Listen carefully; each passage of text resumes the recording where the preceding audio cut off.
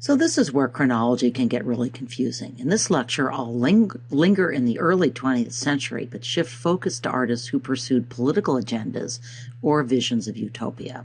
So this photo comes from an exhibit of Italian futurist art at the Guggenheim Museum in New York. For much of this course, Italy has been an epicenter of art, but in the early 20th century, many young Italians felt that Italy was a political, economic, and artistic backwater. Far from reveling in Italy's past greatness, these self-described futurists deplored what they described as Italy's museum mentality. That was not a compliment. Their god was motion and even more speed. As founder Filippo Marinetti put it, quote, "A speeding automobile is more beautiful than the Nike of Samothrace." More disturbingly, futurist artists glorified war. There was actually a lot of this in the intellectual era of pre-World War I Europe. Social Darwinists believed that nations, like species, obeyed the law of the survival of the fittest, and many held that the white race was demonstrably fitter than everyone else. Nietzsche's emphasis on passion, overcoming, and the will to power translated for many into a kind of worship of violence and conquest. Some historians believe that these attitudes contributed to Europeans' willingness to be swept into what turned out to be a really stupid war, and indeed helped spark the initial enthusiasm that greeted that war. Even in the years after World War I, some leaders in Europe would extol the virtues of wartime unity and courage, a theme that would attract many World War I veterans to fascism. Now, I'm not going to read this manifesto out loud, but you might want to check out this overheated, violent, and provocative prose because it gives a real insight into the worldview that helped produce the two world wars. Note that women are identified as an enemy. That's actually a common and disturbing theme in modernist art, influenced in large part by the writings of Sigmund Freud. You might enjoy Sister Wendy's take on Picasso's women. This is one of Futurism's most famous images, although frankly I think it's rather silly. Remember that Futurism was all about motion and speed. And here's a slide from an earlier unit. Remember the galloping horses? Futurists, and indeed many modernist artists, were heavily influenced by Muybridge's photographs capturing motion. Here's another set on the same theme. Now, I do not find this cast bronze sculpture silly, and in fact, even though it's dropped off the list, it's on our list, it was one of the most influential sculptures of the 20th century. You can see the futurist worship of the machine, but you can also see the influence of Cubist art, its exploration of multiple surface planes and volumetric shapes. So we included this work in the McConnell-Jacobs list, but alas, I don't think we had time for a student presentation. Many of the futurists volunteered to fight in World War I, and Baglioni was killed in battle. After the war, many futurists would join Mussolini's fascist movement. So Severini was one of the founding members of the Futurist movement and a signatory to the Futurist Manifesto. I just showed you some of that. I mentioned the futurist glorification of war. This painting produces what your homework reading, I think appropriately, called a sanitized version of an armored train, complete with sleek cannons and highly stylized troops behind bearing rifles. There is not blood and gore in this painting, and the colors are disconcertingly bright and cheerful. Note, by the way, Futurism has dropped off the list. I have stuck it back in because I think it's an important link to the art that comes faster, and an example of where art can kind of give you an insight to what's happening in history. But at any rate, the reality of war turned out to be a whole lot grimmer than the futurists thought it would be. Note how this triptych, not a required work, echoes the form of altar paintings, complete with a predella that is a memento mori. That's a term you need to know, a memory of death, a reminder that we all die there at the bottom. So this is a deliberate evocation of Christian art. And as such, I could actually imagine an image like this showing up. Okay, we've already seen Kirchner's grim evocation of the cost of war, and now we see a grim evocation of its aftermath in a defeated and desperate Germany. In January 1919, a communist leader, Karl Liebknecht, along with fellow communist Rosa Luxemburg, led an armed revolt against Germany's post-war government. By the way, it was a socialist government. He was assassinated by right-wing paramilitary units. So let's hear from our next student presenter.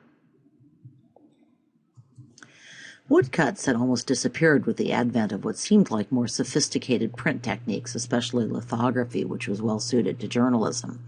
So why did woodcut get revived by expressionist artists? Well, note the harsh, thick, angular lines of the work. We've seen this in Kirchner's work as well. Kollwitz was especially famous for her depictions of mothers and children, often dead children.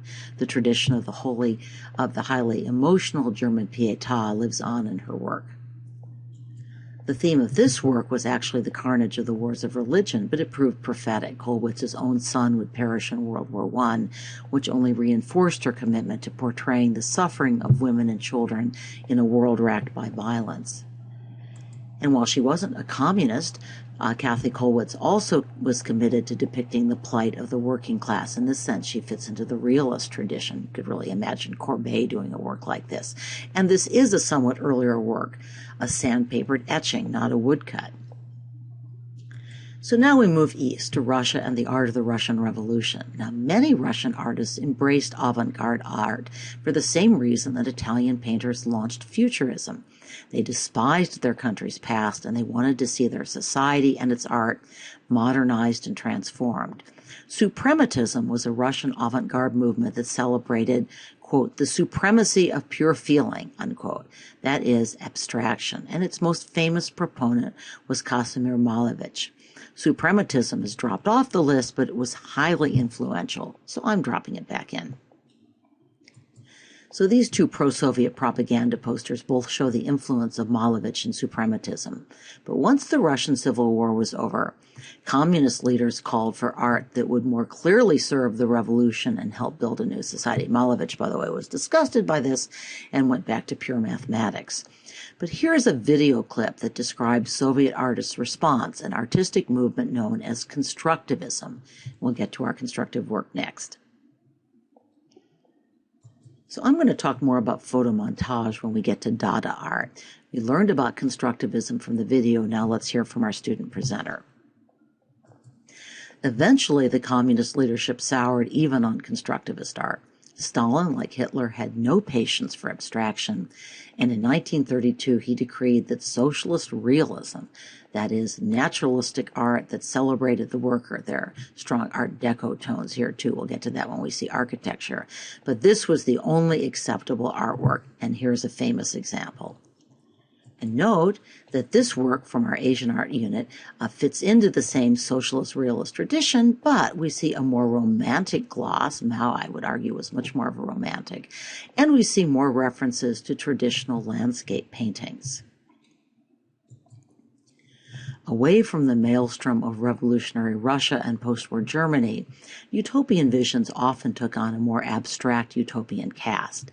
Two examples of this are the organic sculpture of Brancusi and the geometric paintings of Mondrian. Both artists sought a more rational, more humane new order.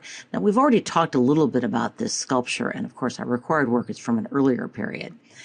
The video clip puts it into the context of a move toward abstraction, and it offers an excellent introduction to our next required work by Mondrian. The video didn't include this label for the movement that Mondrian led, but you need to know it. I'll talk more about de Style's wider impact in a moment, but first let's hear from our next presenter. Okay, this is getting way ahead of our story, and it isn't on the list. But Calder's moving sculptures, or mobiles, were heavily influenced both by Mondrian's paintings and by early 20th century preoccupation with depicting movement and the relationship between time and space. And since they don't show up in our global contemporary unit, I'm sticking them in now. De Style's greatest impact came in the field of architecture. Now, I'll have a later lecture on architecture, but this work has now dropped off the list, so I'm going to address it now and only briefly. This is a de Style house constructed in the Netherlands. Note the assemblage of geometric shapes. This used to be a College Board favorite. It really, I think, looks like a Mondrian built by construction workers. The same architect, Rietveld, also designed furniture for his open-plan houses. Looks a bit like a furniture version of a Mondrian painting, doesn't it? In my next lecture, I'm going to leave this logical utopian world and take us to the wild worlds of Dada and Surrealism.